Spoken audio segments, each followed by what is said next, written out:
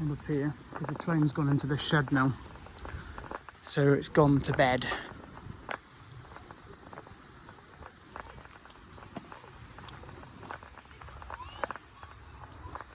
You know, look at this miniature railway. It's not open, but I'm going to have a look at it.